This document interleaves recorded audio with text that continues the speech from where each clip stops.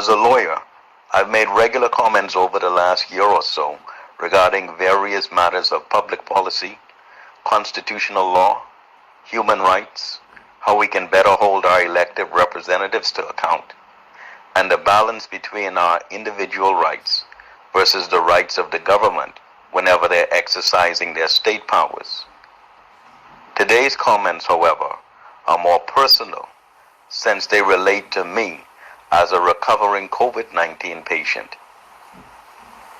It was the former UK politician Norman Lamont who, after his government was going from self-inflicted scandal to self-inflicted scandal, that he said his government gave the impression that while they're in office, they're not in power, however. And his statement perfectly summarizes the current Minnis administration. Dr. Minnis, as competent authority, is in office, but Dr. Minnis, as competent authority, is not in power. And he is powerless to treat all the Grand Bahama COVID-19 patients because he, wearing his other hat as Prime Minister, failed to make timely repairs to the hospital after Hurricane Dorian, despite knowing that a public health care emergency would be devastating for local residents.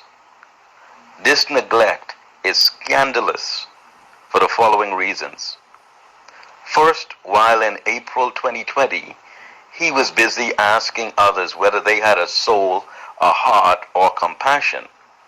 As a medical doctor, he knew that Grand Bahamians were being treated in a donated tent and showed no heart, no soul, no humanity, and no compassion for us for a whole 8 months.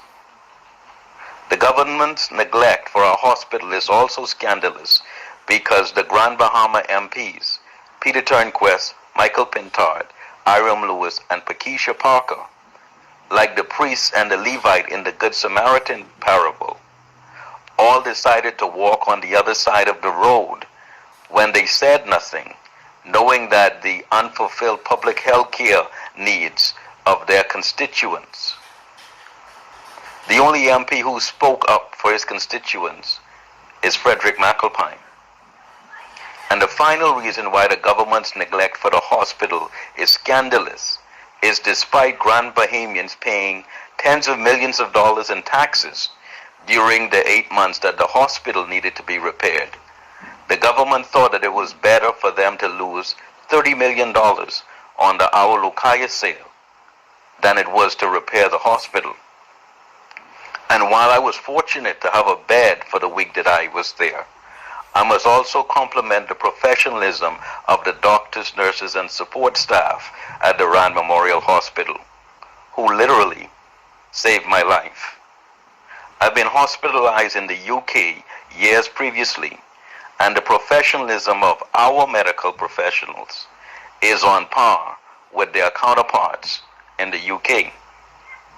And so the staff at the Rand Memorial Hospital are doing their part to provide the required health care needs for Grand Bahamians. They're doing their part not because of the politicians, but they're doing their part despite the politicians.